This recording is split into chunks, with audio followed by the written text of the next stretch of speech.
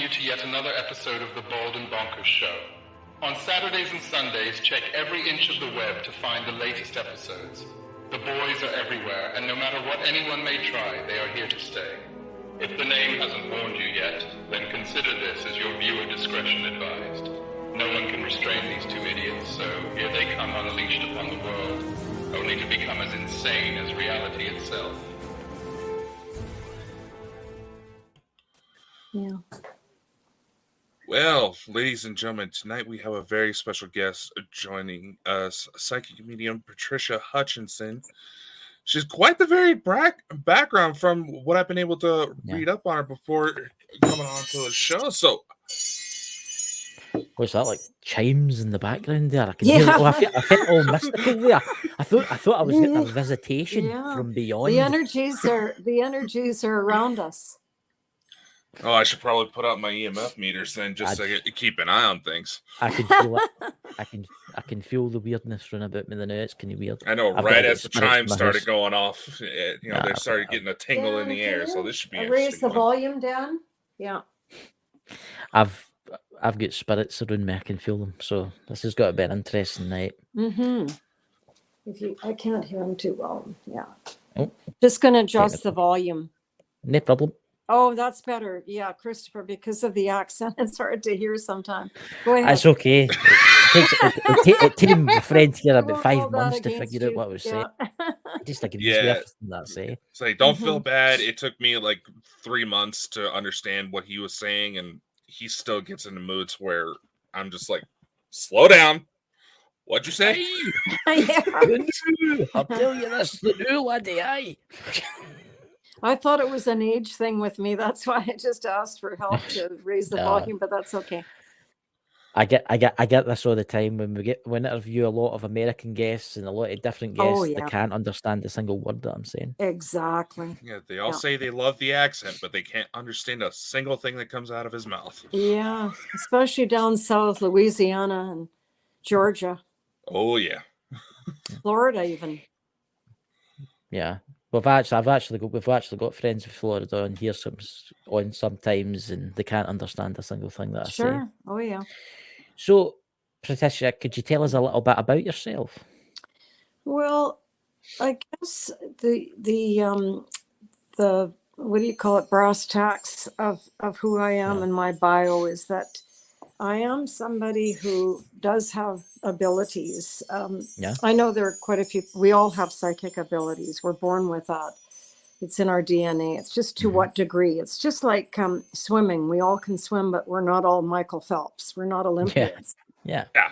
When I was very young, I had an encounter where my grandmother, who was very near and dear to me, and we lived with, because my dad, being the oldest son of 5, I believe it was, he took care of his mom. My grandfather died very young, so his job was to take care of his mother, and she lived with us and was extremely close to me in particular, well, to my sister as well, but I would say to me, when I was about 5 or 6, I believe it was, something in that arena, she passed away. I was the last person to see her because when my dad went to the hospital, she had already passed away. About 3 days after, and I was devastated. As a young girl, her bedroom was next to me. I used to sleep in her bedroom, in her bed a lot, and she was an exceedingly psychic woman. She would be considered a witch in today's standard, and she did both. I think when she liked you, she loved you, but when you did something wrong or harmed one of her family, she knew what to do to take care of you, if you will. Yeah. So anyways, about 3 or 4 days after she passed away, I was asleep. I woke up. It was about 3 a.m, and I looked ahead and I saw her. And this is a very weird thing to describe because I'm not sure I have the exact picture. Maybe I'm saying it wrong, but it looked to me like it was almost a hologram. There was a freeway, a highway, no cars, nothing. On either side, desert. So no people, no cars, no mechanisms of any kind. And she was walking in the middle of the highway towards me. And as soon as I saw her, I jumped out of bed and I ran. But of course, you know, it was a closet. But I could have sworn that I saw what I saw. Anyway, I went to grab her and she said, no, you cannot touch me. You cannot touch me. I have not yet risen. So at that time, I didn't know that spirits actually hover after they pass away, and she did. But she had a message, and that was to take care of my dad. And of course, my dad had like a succession of heart attacks after that. Yeah. And so that was a warning of some kind. Now, I went to my mother to explain, you know, the next morning to her what happened. And she took a dim view. She, being a staunch Catholic, she said, it's all your imagination, you were dreaming. And I said, I wasn't. I jumped out of bed. Oh no, I saw it. And I told her what I saw. No. Never speak a word of this, especially to the nuns, because they'll cremate you, you know, if they find out that, you know, that this household and everything, because at that time, the religious were visiting in our home, both the priest and the nuns. So that was the beginning. Now, when I've been on radio before for 10 years on The Beat, which is a very popular station in Vancouver. And I'm always asked, you know, what was the sign? What was the signal? I always knew I was different from the other kids at school. I stood out like a sore thumb. I didn't tell them a lot. I remember a few times saying things, and when it was a prediction and it came true, most of my friends were terrified. How did you know that? And I had to soft pedal. I had to come up with something that did not sound like I was out of this orbit. But then as I grew up, you know, I became very close to my uncle, who opened up the UFO thing. And we talked about Love Sang Rampa, 13th Candle, which is about ETs and about how, I don't have to get into it because you can just look it up. But that really opened the door. And ever since then, I have been extremely, I guess, intuitive is one way of looking at it, but I guess connected to the realms of light, or very connected to the spirit realm.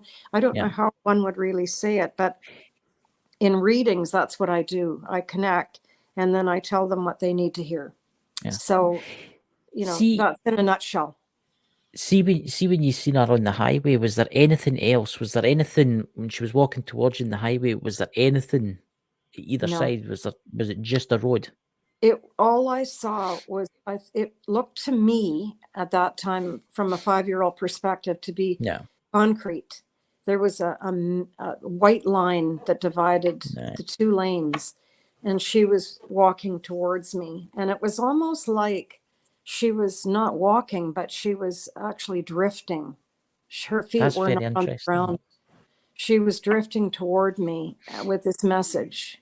And this was something that has stuck with me for many, many years, because as a mature woman now, you know, I do look back and I wonder, was that a hologram that was given to me just to sort of settle me down because I was so distraught? What was it, you know? And it was comfort, it was love, it was warmth.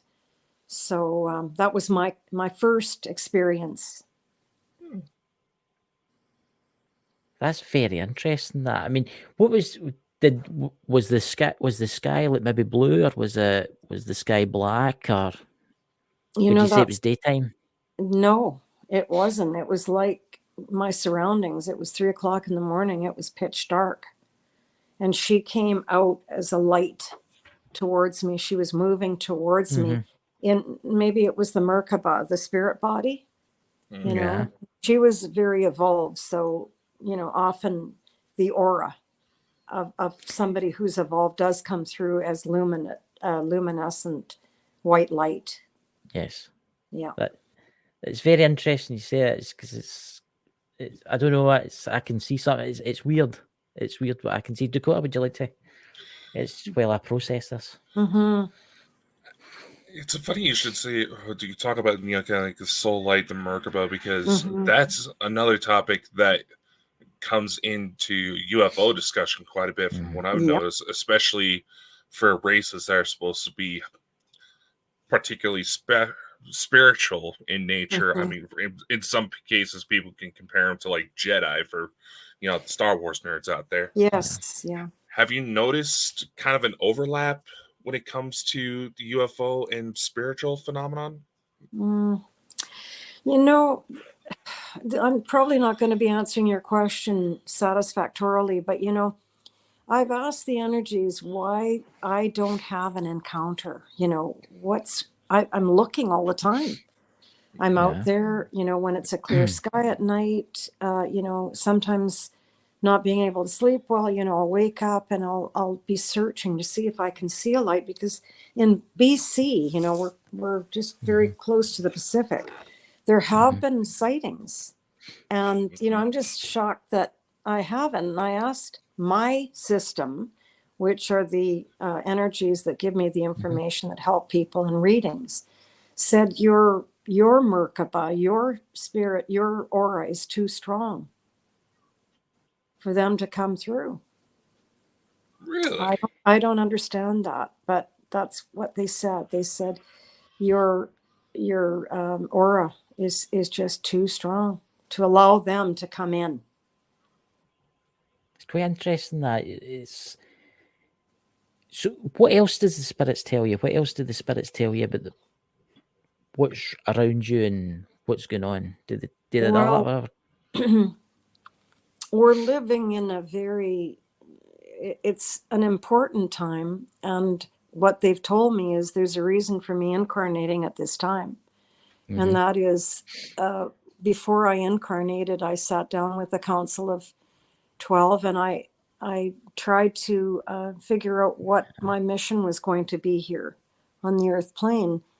And the message was, I'm here to make a difference, and I'm here to help people connect, and not be afraid to connect, so long as they're connecting with the right frequency. Because that there are a lot of dark forces out there that are just dying to have to zap somebody who's a light server, a light worker, put them out of commission. But it's to bring hope, because I don't know if you have it in the parts of the world that you're at in Scotland and in Idaho, but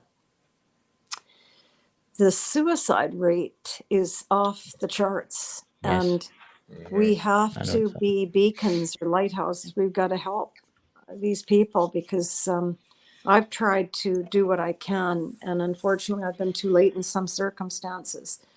But there's this hopelessness. And I think that's what people say, well, what's your mission? Well, it's to help. It's to help give them hope, or just offer them some sort of a, what do you call it? I was going to say ripcord, but it's not that. It's almost like a safety.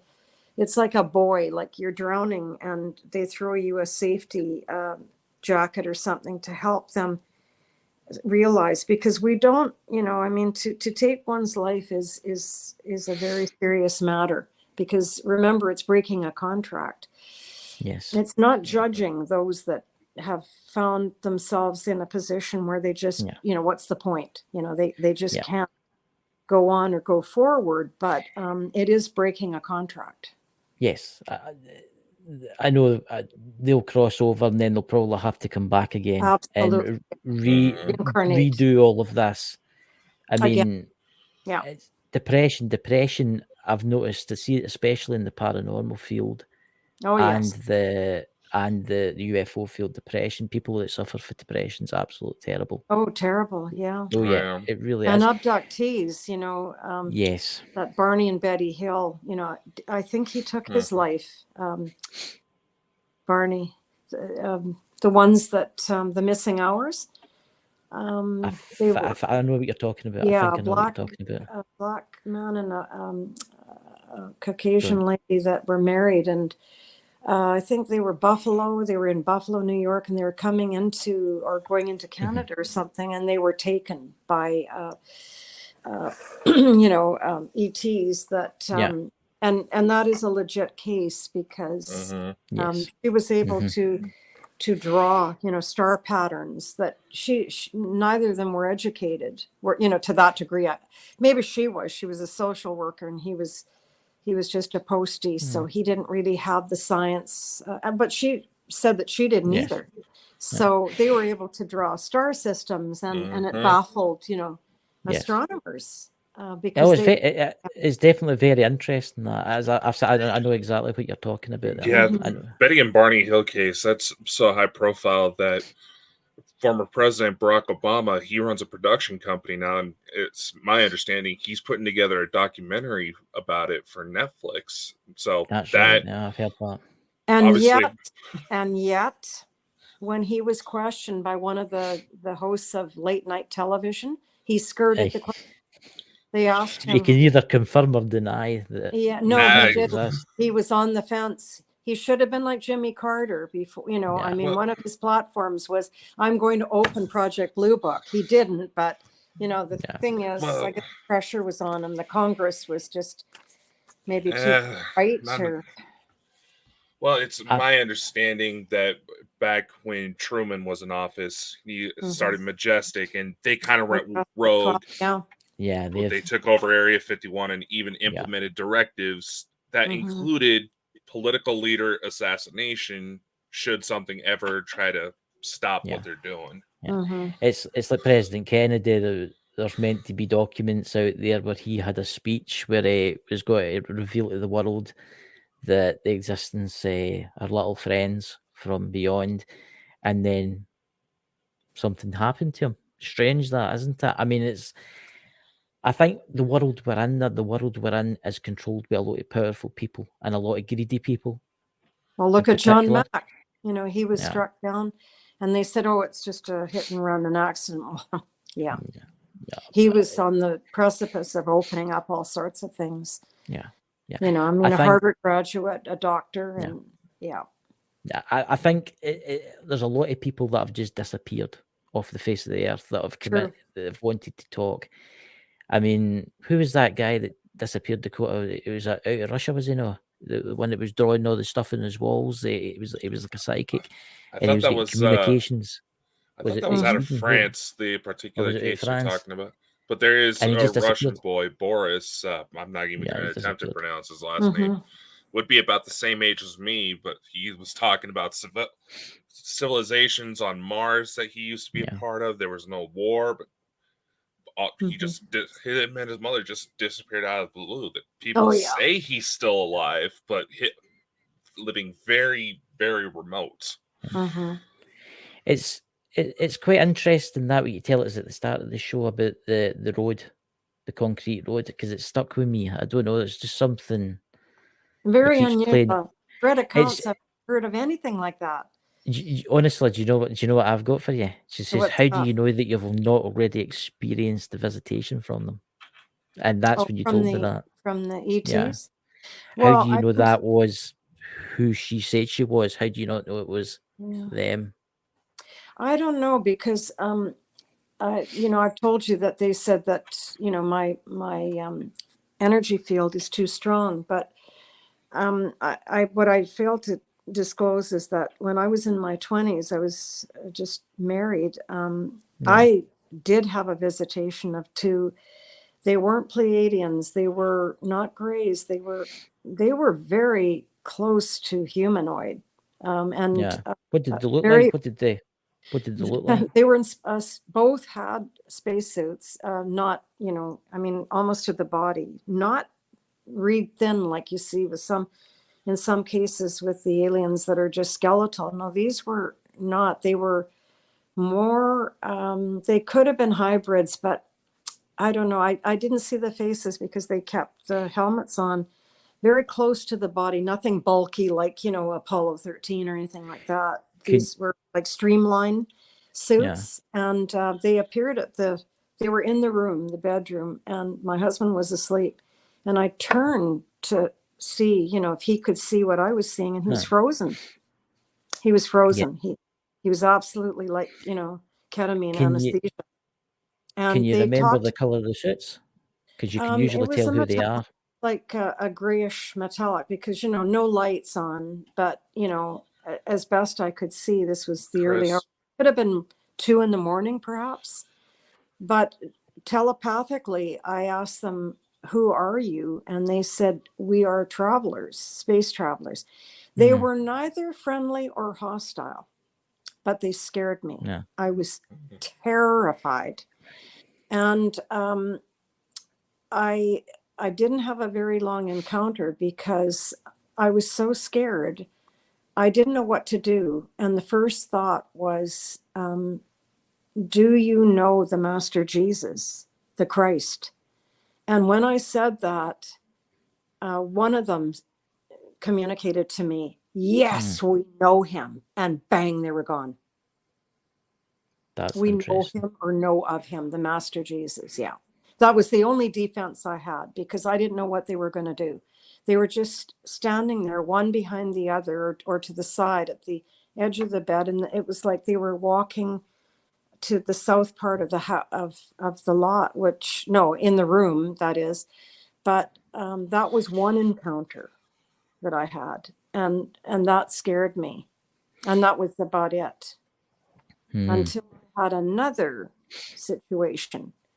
Where it was a mantis. Okay. That called himself Ragus. And I asked, where are you from? And he said, Regulus. And I said, what is your mission? What do you do here?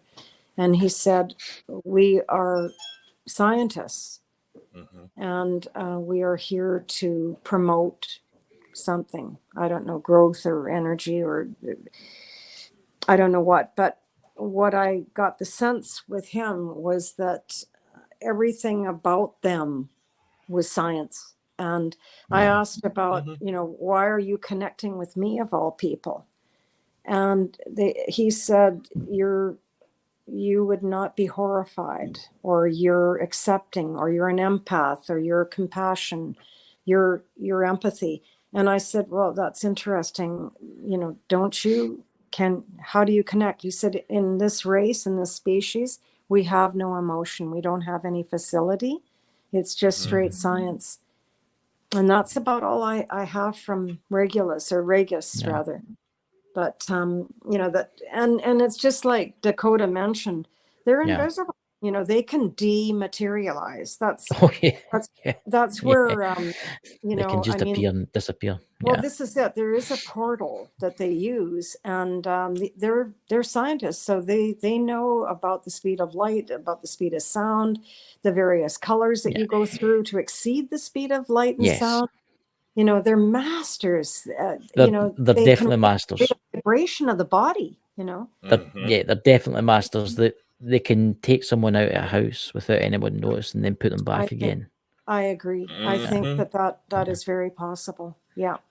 Yeah. And a lot of people wonder, how is it possible that I'm getting abducted, but I've got security cameras and my doors are all locked and stuff, because they're taking you through like solid walls and stuff like that.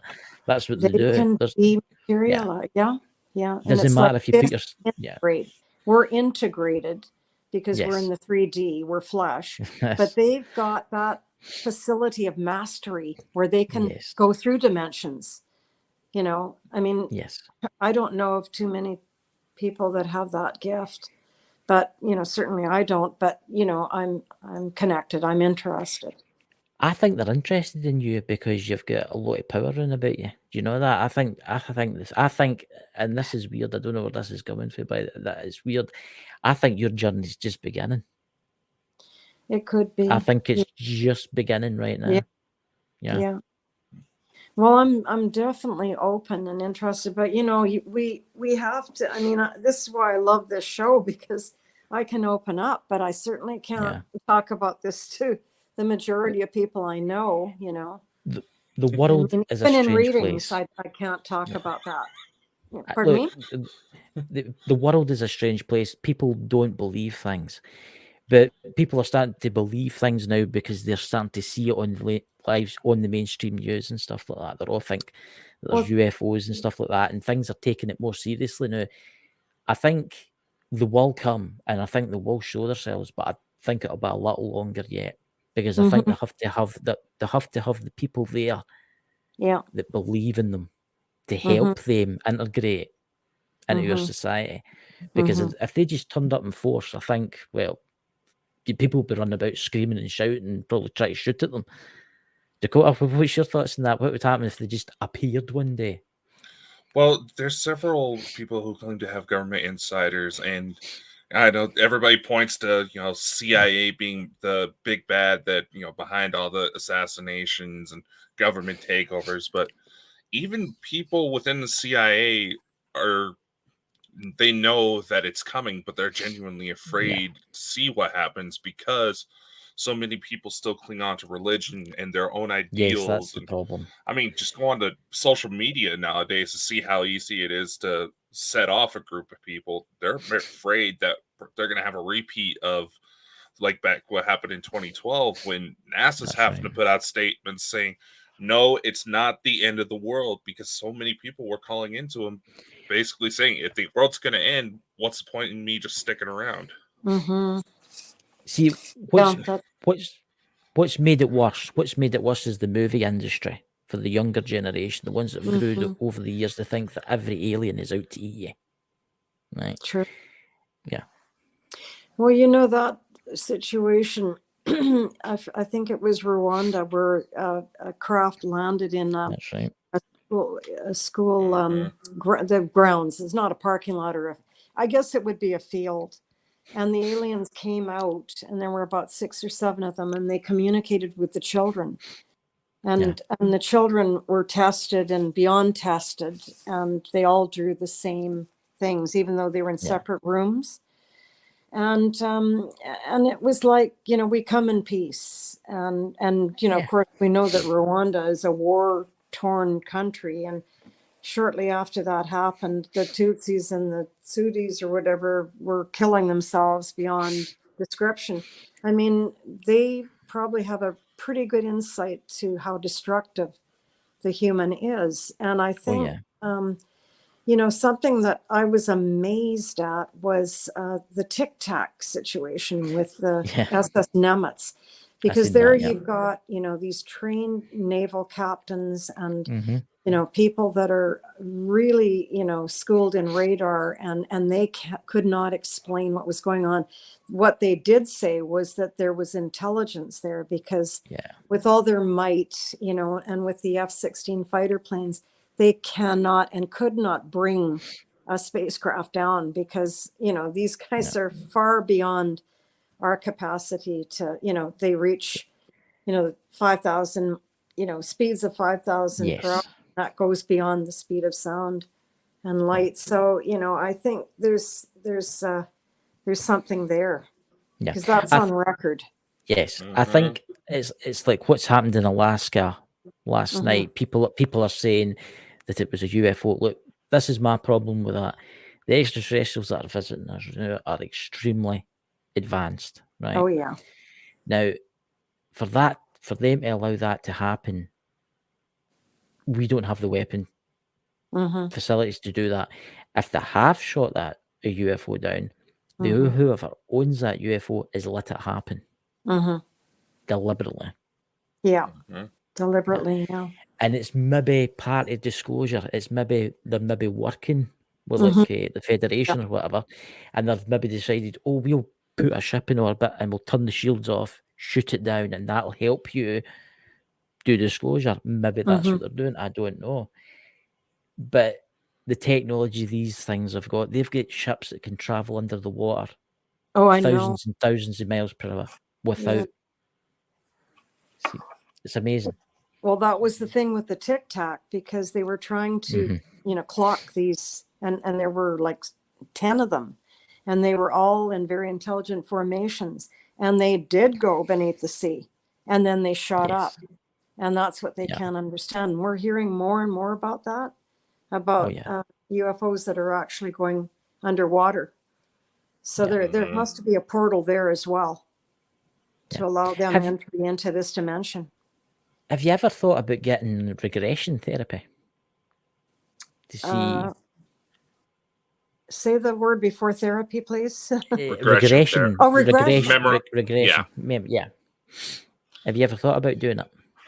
I don't really. I've had it done. Right. I've had it done by somebody, and I don't need a person doing it because I've already been shown it. Right. I've been shown the lives that are particular to what I'm doing here. Some of them are not important, they've told me, but the ones that were crucial or critical have come to light. And that's done through meditation. You know, you can meditate and ask for the spirit realms to guide you through, a succession of lifetimes that are pertinent to the one today, to the one we live today. Yeah. Do you think you've ever maybe played a part in an alien body? It's very likely because to be this open, to be, just to align so much with it, I would have to say there has to be something, and this goes back thousands of years. I mean, ancient Egypt, it could be in Babylon, Chaldea, it could be Syria, it could be any of Damascus, any of those places. Yeah. Look at the art, in the 1500s. A lot of the Renaissance paintings show craft in the sky. And, that was before planes and helicopters and all this stuff. And even Leonardo da Vinci, to come up with his ideas. Don't you think he was guided? His hand was guided by some alien encounter? I think he's maybe witnessed something. And he's maybe been showing stuff deliberately. The same as Nostradamus, maybe he's been showing stuff that if man keeps going on the road it's on, this is where it could go. It's maybe not come true, but it's where it could go if they keep on the road to go. That's true. Yeah, no, there's certainly a lot of evidence that says that maybe they didn't realize it at the time, but they had to get their ideas from somewhere, and Nostradamus in particular. Yeah. He wasn't against any form of experimentation to try to expand on his ability. Yeah. That's right. That's very true. Yeah. And Galileo too, a lot of these thinkers that are way beyond, and then, being thrown in jail because his idea of, the way the solar system operates, it does move, and the church and state trying to quash whatever his belief was, because what did it do? It threatened the establishment. Exactly. That's what happened. And that's what happened in the days. You came out against the thing, and religion, the church especially, shut you down. That's right. Nostradamus was the same. Nostradamus would heal people with like herbs and stuff like that. Absolutely. But the church hated him. The church absolutely hated him because he actually cured a lot of people. And it wasn't God's will. I get into arguments a lot with a lot of the religious people. Yeah. Because I think this is what I do is, the dark side. And it's not. And I've told them, I said, I've told them many times that Jesus was the greatest psychic that ever lived. Yes. He foresaw his death. He told the woman at the well that she had 4 husbands. It goes on. He had abilities, and maybe he had an ET connection as well. Because I think he did.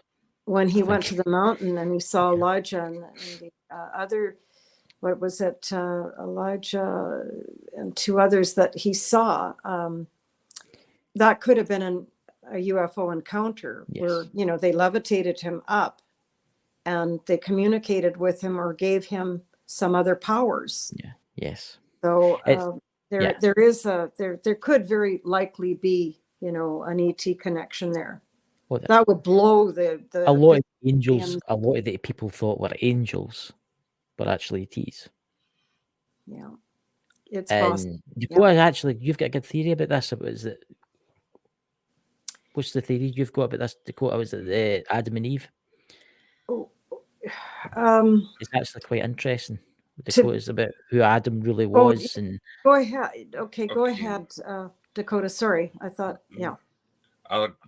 Chris is getting awfully jumped up tonight from what I've noticed, but I'm not exactly sure which theory he's talking about, because one in particular actually caused some people to go receive some pretty intense harm to where they had to get help. Yeah, I agree. I think, what I was going to just, sorry, when you go. No, I'd like to hear what you have to say. No, all I was going to say is that in the Bible, there's a lot of like reference to a lot of like UFO things, and a lot of what people witnessed in that. Wheel. Yes, exactly. But I'm going to be, crucified for saying this, but the belief of Lobsang Rampa, who's a very evolved seer, was, and I tend to cotton onto this, is that I don't subscribe to Adam and Eve. I think the ETs planted various races here, and Earth. The reason why they're visiting Earth so much is because this is their experiment, and it's like they know that if we blow this place to pieces, which I don't foresee happening, because I do believe in world without end, amen, but I feel that they're very concerned about random acts. And in the past, there have been just about DEFCON 4s. And there are records that support the fact that the missiles that were fired they shot up with all intention of hitting a target, and they were dissipated by some unknown force. And there is even records that say that in the United States, I forget where exactly it is. It's one of the bases, the nuclear bases. They did some tests, and in one case, everything shut down. People saw lights in the sky. They saw what they thought were triangular objects, and they disappeared. And then those working for the government, and it wasn't NASA, it was something else, not the CIA, but some other agency that is top secret. They said that they couldn't give an explanation for that, how all systems were shut down for no reason. They couldn't open anything. And that was where the ETs, having closely aligned with us, just to prevent a nuclear disaster, did it. I mean, I can't understand the Chernobyl. Because I would have thought they would have done something there, and it caused so much destruction. But maybe it wasn't as final as something as terrible as a nuclear strike, which Nostradamus predicts is going to come out of Iran. So, and it's going to go to New York. Yeah. Cool. That's what, by a long-range missile. Well, Chernobyl, there wasn't exactly an incident where, it was a direct threat. Yeah, it was a threat to life, but it wasn't likely to spiral into more like civilization. World War. Yeah, exactly. By all accounts, a lot of the ETs up there, they said, if you're going to fight, you're going to stay in your corner. You come up here, we're going to have a problem. Exactly. And it is funny you mentioned the nuclear labs. I actually had an aunt who was a technician at the nuclear lab here in Idaho, and she's told me that UFO sightings were such a common occurrence that they would just look out the window, see them outside, wave, then go about their day. Okay. Yeah, I can imagine. Just look at Fukushima. Look at Fukushima before the earthquake. Yeah. Nuclear meltdown. Yeah. Yeah. The UFOs were off the scale. The UFO sightings were off the scale before the tsunami hit. Exactly. Yeah. Yeah. So if they knew something was going to happen. Yeah.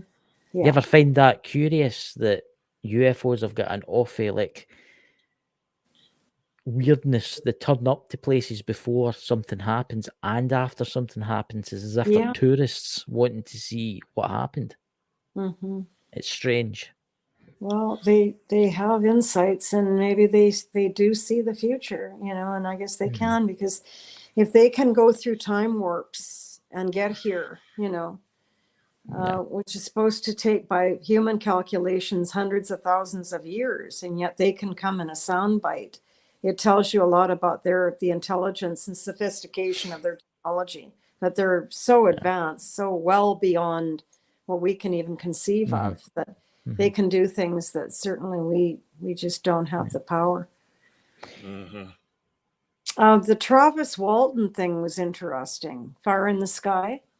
Yes, that was very remember interesting. that one, because those guys were, they were just out looking at or camping or doing something, or no, he was a tree feller or something like that. He was working for a company that cuts trees down and that, and he was taken for 4 days. So that would have been an interesting account. I mean, the movie's horrific. Yeah, the movie's horrific when they wake up inside and stuff like that. I hope that never happens to me, but that was horrific. If that is what it was like. Well, I've watched a few clips on Unsolved Mysteries, and that part is pretty terrifying, where humans are taken against their will, and they're told, stop fussing. You know that we don't hurt you. We know you bring you back. We know that, we bring you back. And certainly they were all brought back, and carefully so. But there has to be a pattern. In a lot of cases, they've been taken before, even when they were like very young, and they might not have had clear memories. It's maybe generational thing. It's maybe like a generational thing that their mothers been took. Yeah. That's right. Exactly. Yeah.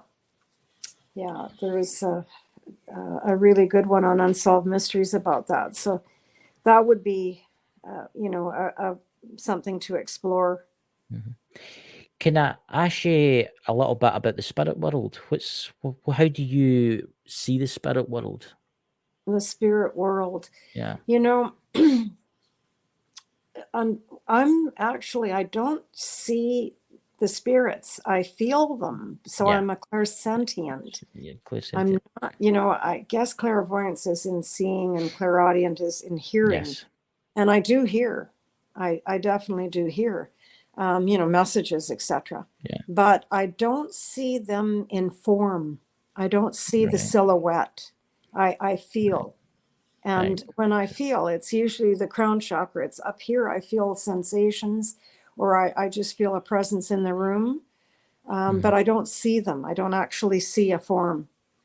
It's very interesting, that, because that's how I can see them too. That's how I feel them. It's hard for me. I don't see them. I can feel them. I've asked, and they said, we don't want to, make you afraid. We don't want to cause you fear. But we're using a different platform to do it. We're using the agency of your extrasensory perception, and that is one of the senses, is being able to feel. So I feel the vibration. And of course, when they come in a room, you can feel it because the chemistry changes. And you can just sort of get that sensation that there's something here. I've noticed that the ETs share a similarity. Some of them share the same kind of feeling. You'll feel that something's around you, like a spirit, but they're a wee bit more. There's something to them. They're just different, because obviously they're alive. They're not dead.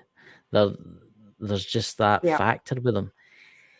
What did the spirits ever tell you anything about our little friends? Or some of them are big. ETs. The ETs. The only thing that I do get from them is that, this is a reality, and it is part of the universe. It's part of the complexity of the universe, and there are many, many life forms, probably thousands, maybe even hundreds of thousands of different intelligences that we have. But whenever I've asked, and it's more curiosity, they always bring me back to, focus on what you need to do here and now. As far as they're concerned, they are there, and they do come through. and they have to follow cosmic law in order to come through. There's a system because there's a governance. And it's like somebody said to me the other day, like, who do you report to? And somebody said, we all have a boss, and they have a boss. So they have to report to a higher hierarchy of intelligence. So that's what I would think, is that, they don't want me to go too off onto another tangent somehow. They want me to focus in on what I'm here to do. So, yeah. Definitely.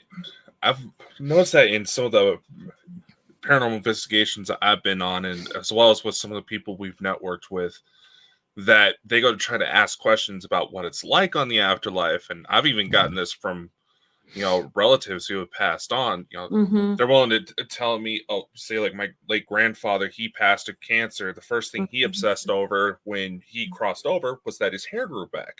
So he was pretty happy about that. Yeah.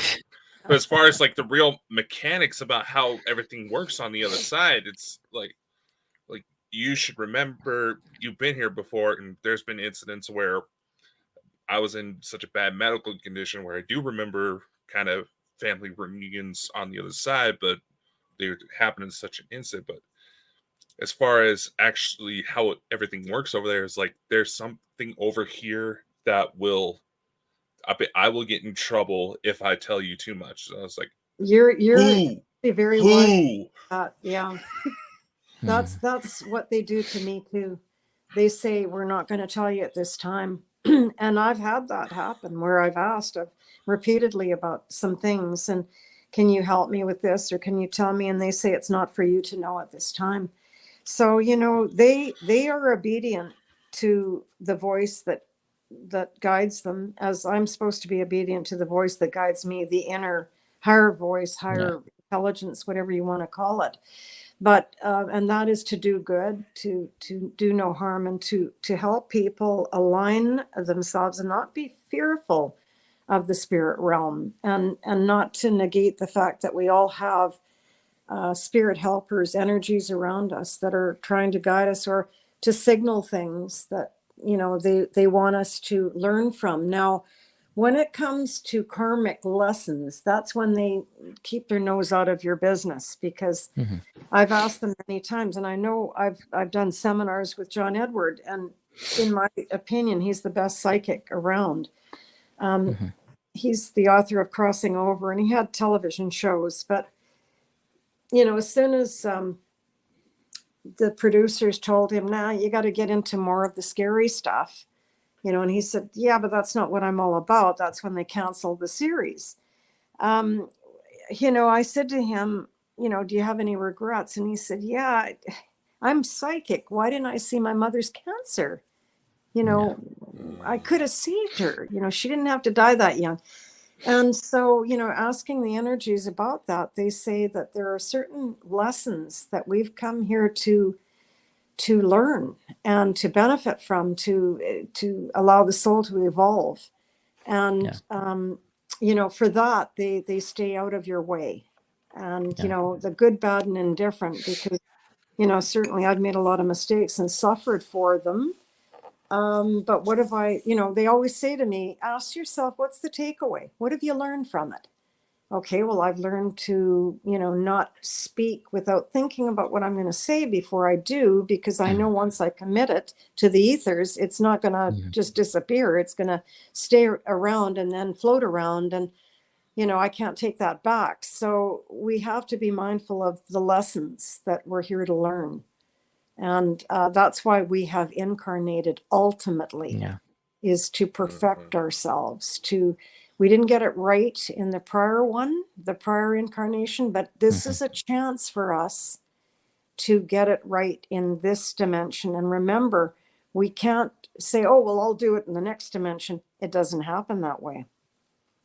What we need to do, we need to work on it in the here and now, because this is the advantage of the third dimension as opposed to the fifth or the sixth.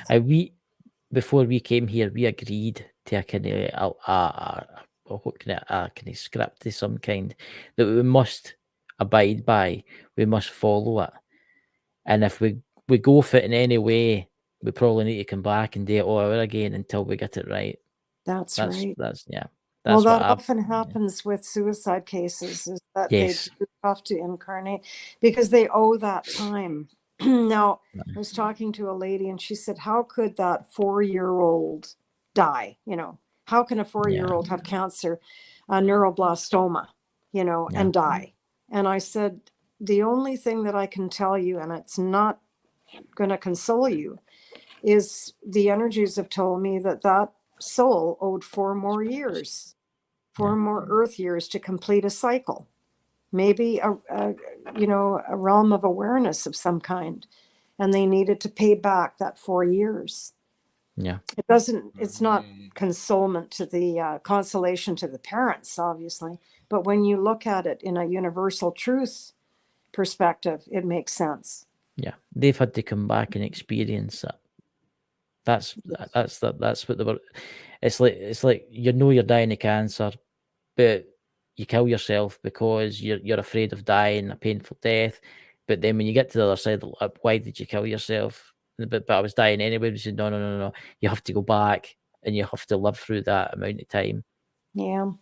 Before you come back again. A lot of the messages that I've been getting about, you know, what are we here to do? You wouldn't believe it, but what comes through is we have to learn to love ourselves. I thought it was, my mission is to do da da da da da. No, it's to learn to love ourselves. And that seems to be the hardest thing to do because a lot of us have self-loathing, you know, that we're disgusting, or we did a disgusting thing in a previous life. How could I have abandoned my children? How could I have taken that boat in the Titanic and let those poor people, you know, that were screaming, please take us, you know, not come on, you know. We have a lot of recriminations and we have to learn to forgive ourselves. And in forgiving ourselves, that's where the love comes in. And with the ETs, you know, that's a very difficult concept because I don't hear a lot about love with ETs. You know, I don't hear a lot of, you know, because I follow a lot of abductees and their reports. And, you know, John Mack was such a foremost psychiatrist because he regressed a lot of abductees and learned tremendous things about what these people gleaned, you know, while they were aboard a spacecraft or being, examined on the examination table and blood taken out, or, you know, an embryo planted and all this other stuff. And some of the ETs are very loving. Some of them are. I know the ones that come to me are very loving, very caring. I don't know as well about this stuff because he's actually got quite an interesting story about it. I'd love to hear it because I don't hear as much about that. Well, it's honestly a story that's still kind of evolving. So, but the short version is, well, I have hybrid children with a Pleiadian woman. Okay. And from the work we've done, apparently I actually used to be an officer. Well, probably still am in a way.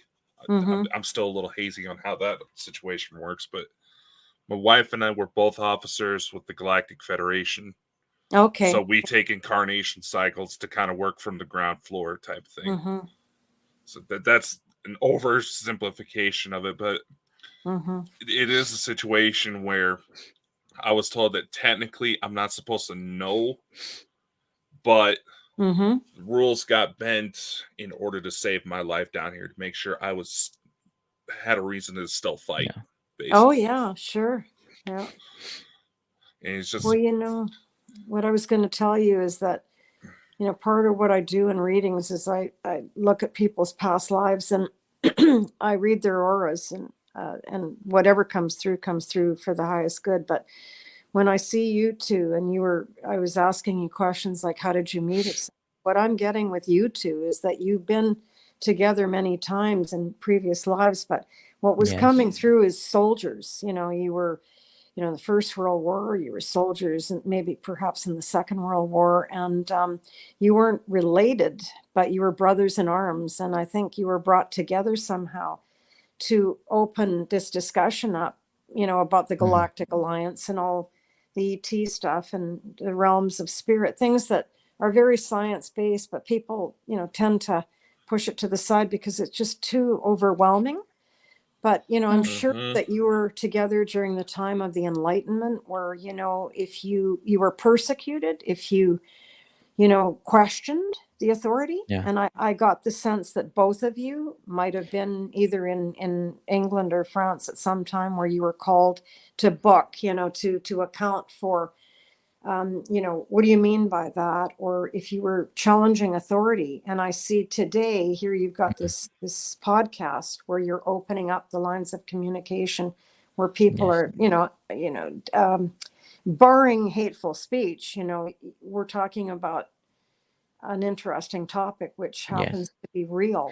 But, you're not muzzled anymore. Do you know what I'm saying? So, I mean, in my previous lives, I don't know who I was in my previous lives because that's obviously you forget. Oh, totally. Yeah. But I do know I'm not originally from this plane. I'm not originally from this world. I'm from somewhere else. Yeah. And I knew him. I did know him from, but he's different species for me. He's, I think he's Palladian, to be purely honest with you. Older than that. I'm for a different type of race. Elena actually talked about it last week. I do know what you're talking about. That maybe in my soul in this plane, maybe I was a soldier because I do have that kind of soldier kind of way about me. I have had readings before, and I have had people tell me you were a soldier, but you maybe know in this plane existence. You might have been, warring against another empire that tried to overtake your planet. Yes. Yeah, I would be open to that thought. Sure. Yeah. But I think, you come with that armor with you and you're fighting for freedom and freedom to speak your mind and to say, look, I see it as this way. And, if you want to challenge it, fine. But this is my perspective. Yeah. Well, that certainly explains why we've been butting heads with certain people lately. Oh, for sure. Oh, absolutely. Yeah. Absolutely. I think we've got a long way to go. We've got a long, long way to go with the way the world is. Yes. And I don't think when we're long gone, I think there'll be others in our place. You never know. We might be reincarnated again, made to come back here again. Could be. Or again. And I hope not, because I don't really want to come back, to be purely honest with you.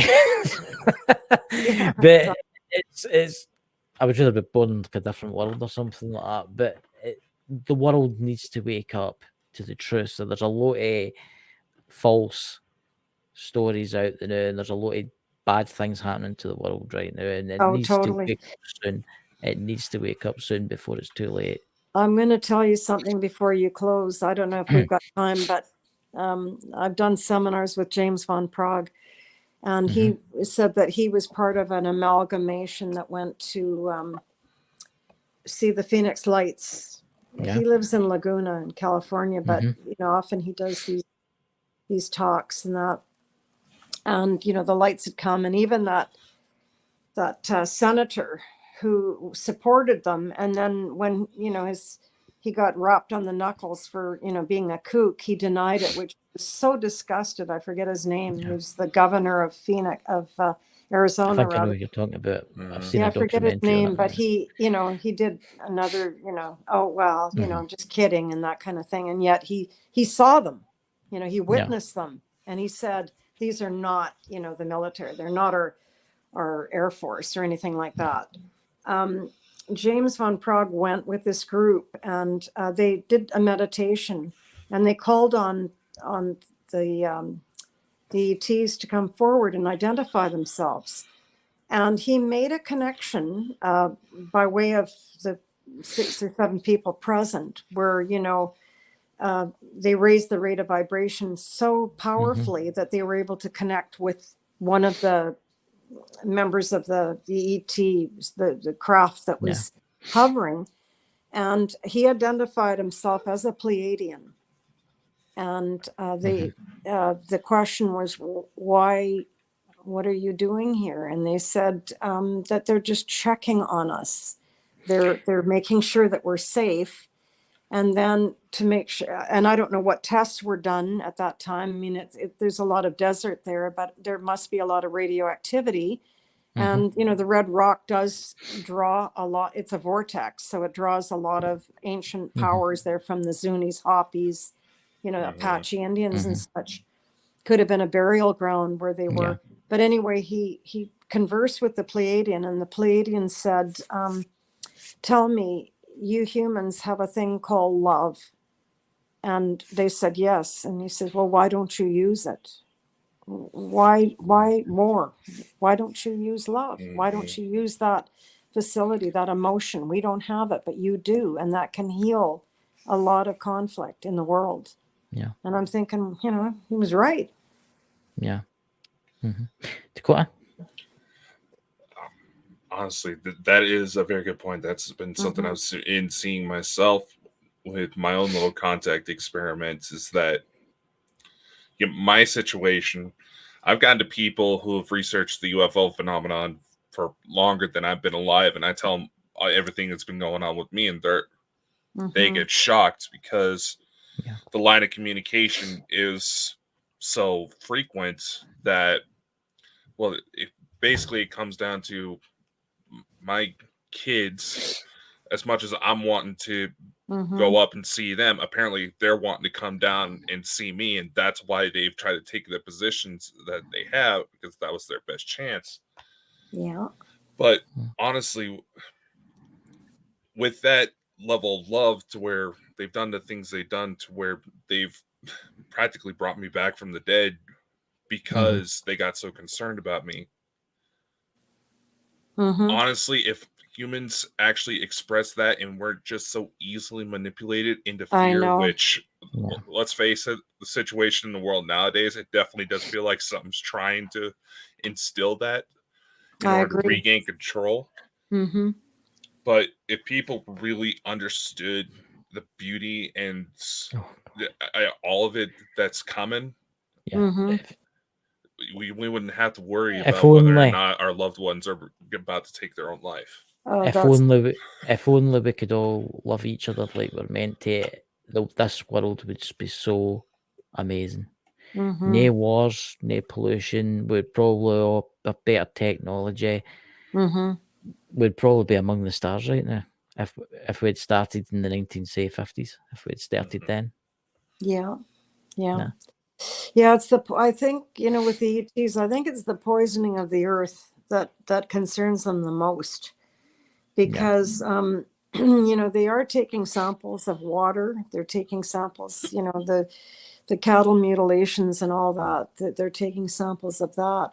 But something I was going to ask you about, if you ever hear about the binary code thing. The Rendlesham Forest? The 01001, that situation in that naval base there in England. Rendlesham Forest, something like that, where they were called out to, they saw lights, etc. And actually something really phenomenal happened, because when he got close to the craft, he saw the binary code on the craft that had landed, 01001, 01000, and that kind of thing. Yeah.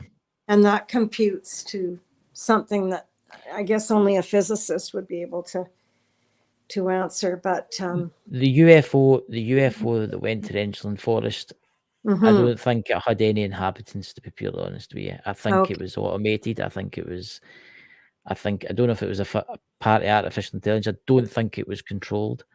I think it was sent there for a reason. Maybe to spy on the base, or maybe to do something out of the ordinary. And I don't think it expected to meet those people, but then it did meet those people. And the only way it knew how to communicate was to use that binary.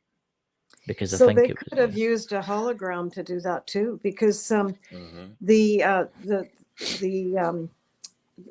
occupants apparently were not physical. They were like almost, they had different spirit bodies, or they used to call it ascension bodies, but they weren't physical. They weren't like flesh and blood. They were like energy. opaque or something, because they saw them like they were simmering silhouettes. Yeah. But yeah, because the guy said that his life was changed forever after that. You got to remember at that time in the 1980s, at that time and stuff like that, in the 90s and stuff, it was kind of dangerous for them to come down, right? So a lot of the ships they would send were unmanned, right? And they maybe were somewhere near the moon when they were controlling them, right? And you know look what happened to Roswell. Look what happened to the little guy that, well, his friends died and the rest of them. You know, that's where we get our technology from. That's where all this technology comes from, all back engineered. And of course, the Harrier. I don't know. Yeah, I don't know the way the future is going to land, but hopefully it'll get better soon. You know, yeah, all those prototypes are somewhere in a hangar in Area 51. Oh yeah. Oh yeah. Sure. Yeah, they've been stripped down and re-engineered.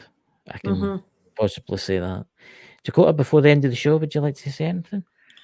No, I do want to say thank you for coming on, Patricia, and thank you to your friend Monica for filling out the form. Oh yeah, to help get you. She definitely seemed to be interested by our interview with Elena Dina. Loved it. Yeah, Elena's an amazing person. She's helped us out with a lot of our own exploits, and it turns out apparently I met her before I came to Earth. Of course. There's some days I still wish that saying stuff like that landed me in a straitjacket. You can still end up there. Yeah, exactly. You know. I do want to say thank you for coming on tonight. It definitely thanks for having me.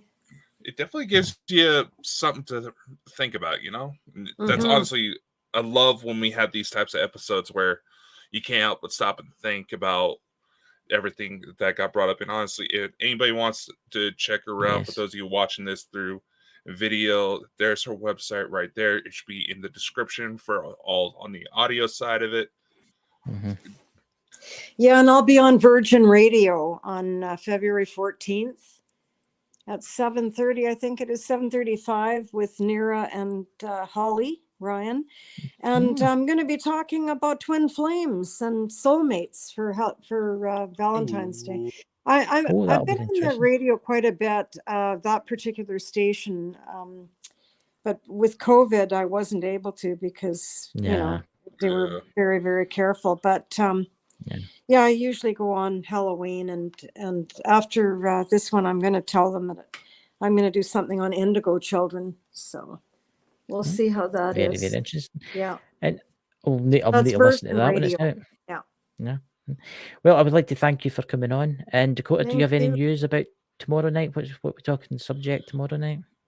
Well, being that we've had so many new people come on board, I thought Chris and I should finally take an episode where we answer some of the questions we constantly get, so that way, you know, people can actually understand, you know, how we work a little bit more. And I don't know, being that we started doing the pre-recorded format, maybe that's something we should maybe do like every other month, you know, just to kind of address questions, just so people know we're not ignoring them. We just had to rearrange things, you know, in order to make things a little easier on us. That's all it is, people. We do get a lot of questions and stuff, so we'll do our best to answer them tomorrow. So I would like to say again, thank you, Patricia. And the links are in the chat, guys. Could you please check it out? And thank you very much. And I hope you're well in your interviews in Virgin. That'll be very interesting, that. Yeah, I was happy to be on. Yeah. And we'll have to have you back sometime. Thank you very much for coming. So, catch you all later, dudes, and we'll see you all tomorrow. All right. Okay, bye. Stay safe out there. Bye. Yeah.